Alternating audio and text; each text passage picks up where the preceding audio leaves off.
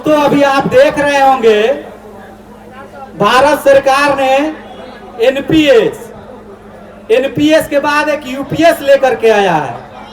उल्टा पुल्टा स्कीम एक लेकर के आया है सरकार, और सरकार दावा कर रही है कि यह स्कीम कर्मचारी सरकार से और सरकार के अधिकारी और नेताओं से। जब स्कीम इतना अच्छी है, आपने घूम घूम करके एनपीएस का 10 सालों तक बढ़ाई किए, लोगों को बताए कि यह स्कीम जो है एनपीएस बहुत अच्छी है, इसमें कर्मचारियों को करोड़ों रुपया मिलेगा। जब इतना अच्छी थी तो आपको यूपीएस लाने की नौबत क्यों आई? आपने यूपीएस क्यों लाया? उसके बाद भी अगर आप यूपीएस लेके आए तो उसमें हर महीने जो है अमेंडमेंट क्यों कर रहे हैं, उसमें सुधार क्यों कर रहे हैं? और जब इतनी अच्छी स्कीम है तो सबसे पहले भारत सरकार के जितने भी मंत्री हैं, सांसद हैं, विधायक हैं, सचिव हैं, उन्हें सबसे पहले यह पेंशन लेनी चाहिए। उसके बाद जो है कर्मचारी लेगा।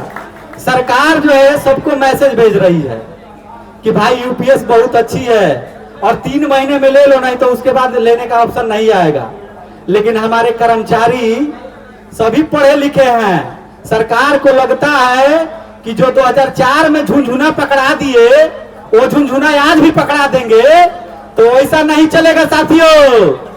वो झुनझुना कर्मचारी जो है दोबारा सरकार के फेर में फंसने वाले नहीं है, लॉलीपॉप से मारने वाले नहीं है।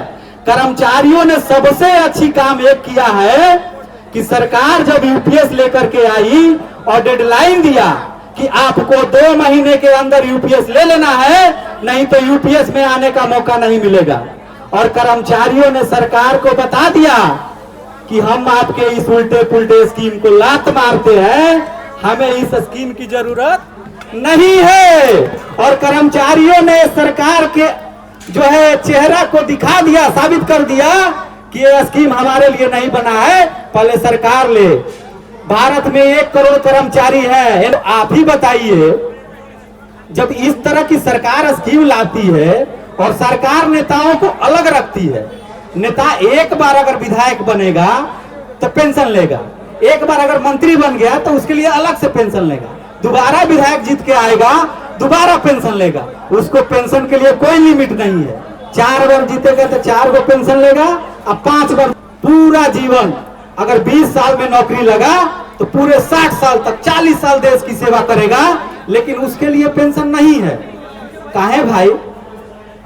सरकार कहती है कि हम भारत के 5 ट्रिलियन जो है इकोनॉमी हमारा होने वाला है और हम विश्व के 3रा सबसे बड़ा अर्थव्यवस्था है।